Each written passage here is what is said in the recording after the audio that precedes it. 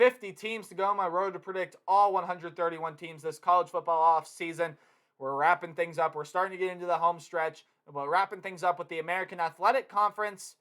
And we're talking about Cincinnati. I'm repping the Desmond Ridder jersey here. And if you guys want to talk about surprises a season ago, I mean, look no farther than the Cincinnati Bearcats. What a historic season this team had a season ago, led by quarterback Desmond Ridder. There you go. There's the 9. This team broke all sorts of records. They were in the college football playoff, the first Group of 5 team to ever do so. Something we may not see again until playoff expansion comes. But this is the Cincinnati team that was loaded a season ago, and they're losing a lot of that talent. So can Cincinnati somehow, some way, push their way back to another berth in the college football playoff? Or will this be a team that may not even make the American Athletic Championship game in 2022? What's up, Tailgaters? My name is Tailgate Nate, and welcome to my channel. I'm predicting all 131 teams this college football offseason. Means I'm doing your favorite teams. Go ahead and hit the subscribe button, ring the bell so you know when that video gets uploaded. And the fans of the Cincinnati Bearcats out there, you guys are going to know this team a lot more than I will. So if you feel like I missed something, you want to add something, anything of the sort, leave it in the comment section down below. I'll be happy to read with what you guys have to say. Cincinnati in 2022, for lots of obvious reasons, they are my top-ranked team in the American Athletic Conference coming into this next season. And under Luke Fickell, this program has been so good in the past couple of years. 9-0 in conference, including a win in the conference championship game. They were a perfect 13-0 during the regular season, including the conference championship game. The lone loss being to the Alabama Crimson Tide, the national runner-up from a season ago in the college football playoff. And this team was stacked a season ago. And the stats look really good for this Cincinnati team. I mean, 413 yards per game with 37 points a game. And defensively, this was one of the best defenses in the nation a season ago. 305 yards per game with 16 points per game. Outstanding stuff from the Cincinnati team. Absolutely outstanding. The only thing about the Cincinnati team is Luke Fickell, one of the best coaches out there, one of the best coaches in the nation, in my opinion. And when you go out and look at it, this is a Cincinnati team that loses a lot of talent. A lot of talent. But we're going to be looking at some of the talent that is coming back as well. We got to look at the talent that's leaving first. And it starts with this guy right here. Again, you can't really see the 9. There you go. But it starts with this guy right here. Jersey I'm wearing. Desmond Ridder. Wow. What a season he had last year. 3,334 yards, 30 touchdowns, 8 interceptions, and then was the second leading rusher on this team. 355 yards and 6 rushing touchdowns as well. Could show off the wheels if he wanted to. And speaking of rushing, this is the team that is losing their leading rusher as well. Jerome Ford had 1,319 yards and 19 touchdowns a season ago, and you lose that. So this is definitely going to be an offense that is very depleted, especially, again, when you look at the wide receiver position. Alec Pierce, their leading receiver, is gone. 884 yards and 8 touchdowns. And they also lose Michael Young, who had 353 yards and 2 touchdowns there as well. Needless to say, this is the Cincinnati offense that is losing a lot. They are losing a lot. You can say that about their defense too, who probably loses more than the offense does. I mean, Maji Sanders, Curtis Brooks, 2 guys on the defensive line that just went nuts last year. Curtis Brooks, 7.5 sacks a season ago. And Maji Sanders, only 2.5 sacks, but 41 tackles, 6 passes defended. Both of those guys, phenomenal talents. Darian Beavers, Joel Dublanco, gone off the linebacking group and off the defensive back group. You have one of, if not the best defensive back from a season ago, and Ahmad Sauce Gardner. Ahmad Gardner was ridiculous last year. 40 tackles, 3 sacks, 4 passes defended, 3 picks. He was a great talent as well. You have guys like Kobe Bryant and Brian Cook that are going to be leaving this team there as well. Joel Dublanco and Darian Beavers were the 2 leading tacklers on this team. This is the Cincinnati team that loses a whole lot of talent. But it's not about what you lost. It's about what you have. So let's look at what the Bearcats have coming back, shall we? Evan Prater is a quarterback that is returning, only 38 yards last year, 2 touchdowns, 1 pick. And they're also getting Ben Bryant, a little-known transfer over from Eastern Michigan, who figures to probably be that starting quarterback, although I feel like Evan Prater can push for it there as well. In the running back room, they're getting Corey Kiner, a running back transfer coming in, as well as Ryan Montgomery, who is coming back. Ryan Montgomery last year, 312 yards, 3 touchdowns. And then Corey Kiner, probably going to end up being that starting back there as well. So there are 2 guys going to kind of be your 1 and 2.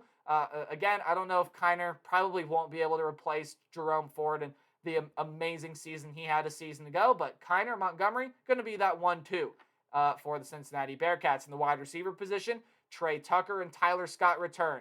Your second and third leading receivers from a year ago. Scott had 520 yards, 5 touchdowns. Tucker, 426 yards, 2 touchdowns.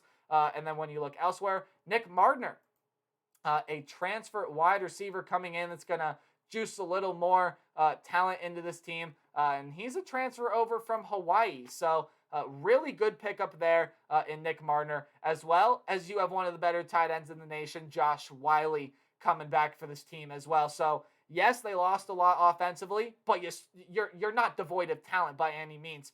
The quarterback position, maybe, again, you're not going to be able to replace Desmond Ridder. It's just not going to happen.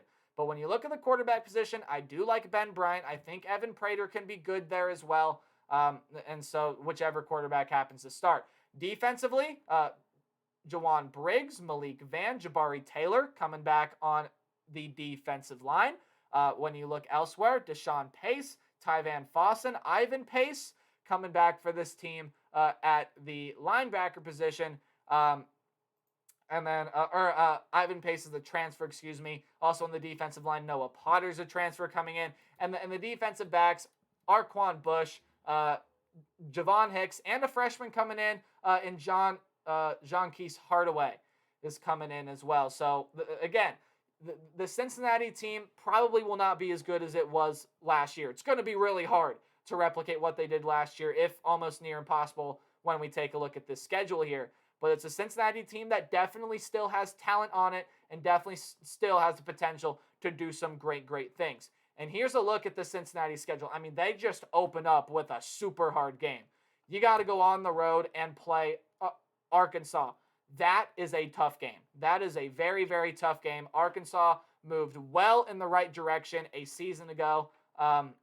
They were 8-4, and Sam Pittman has the team moving in the right direction. They have quite a bit coming back for them. Otherwise, in non-conference, you have technically a neutral site game against Miami of Ohio, a home game against Kennesaw State, and a home game against Indiana, another Power 5 team there. And when you look when you look in conference play, you got road games against Tulsa, SMU, UCF, and Temple. Home games against South Florida, Navy, East Carolina, and Tulane. So let's dive on into the Cincinnati schedule and see what's going on here. So, of course, Arkansas, probably going to be the toughest game on this schedule for the Cincinnati Bearcats. I mean, returning quarterback KJ Jefferson, yes, they lose a lot offensively, defensively, including one of the best wide receivers in the nation last year in Treylon Burks. Yes, you do lose him. However, when you look at this Arkansas team, I still think it's going to be pretty good this year. Now, Arkansas does play a really tough schedule, including this game here at Cincinnati, but Arkansas is poised for it. I think Arkansas is going to be a good team, and Cincinnati going on the road, that's just going to be a very hard game. When you look elsewhere, Kennesaw State, Miami of Ohio, 2 games that don't necessarily interest me, although Miami of Ohio can be competitive in the Mid-American Conference this year. Should be able to win both those games, though, in my opinion. And when you take a look at the Indiana game there, Indiana was miserable last year. They were miserable. But they give Cincinnati a nice run for their money a season ago in Bloomington. Now, of course, coming back to play in Nippert Stadium, I still think it's going to be a fairly interesting game to watch. I'm not going to count Indiana out of this game by any means. Yes, they were abysmal last year, but they're going to get better, and they're going to improve in 2022, I feel like. If not a lot, at least a little bit. They're gonna get better. Now, when you look in conference play, there are some teams that they have to play at home that concern me a little bit. Like, Tulane, ECU, those are teams that can fight. South Florida's even made some improvements there as well. But I'm not necessarily concerned about them losing any of those games per se, although upsets can happen.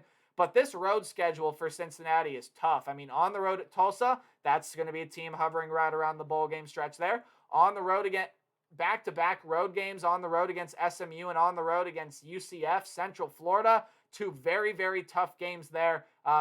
Both those teams losing their respective amounts of talents. UCF, my opinion, more than SMU. But UCF could be a team that can win the American. So can SMU if things click together. This is a tough schedule for Cincinnati. It's going to be hard for them to replicate what they did a season ago. Now, I don't do game-by-game predictions. I do a more percentage-based Alec tell me predict the team's record. So if the game is in red, I don't see you winning the game. If the game's in orange, I still don't see you winning, but it is college football and upsets can happen. Yellow, 50-50 high upset potential games. Games in yellow-green are games that you should win, but you got to watch out for the team on the other side of the ball. In games in green, you're good to win. Miami of Ohio, Kennesaw State, South Florida, Navy, and on the road against Temple, I think you're going to be able to win those games just fine.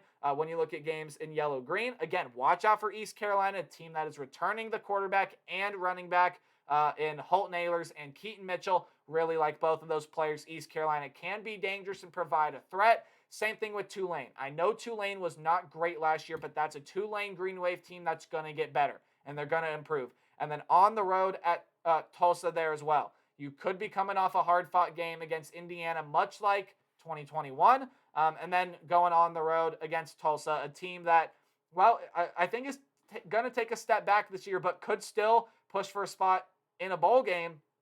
Going to be an interesting game to watch there.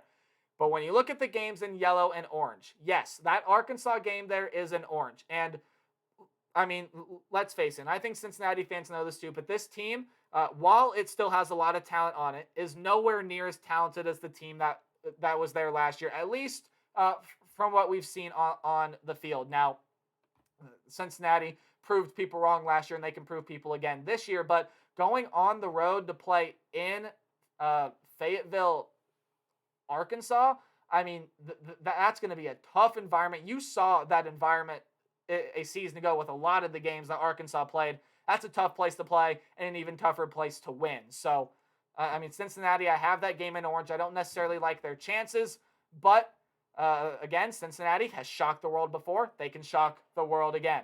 I'm not counting Indiana out, although I do think Cincinnati will win the game.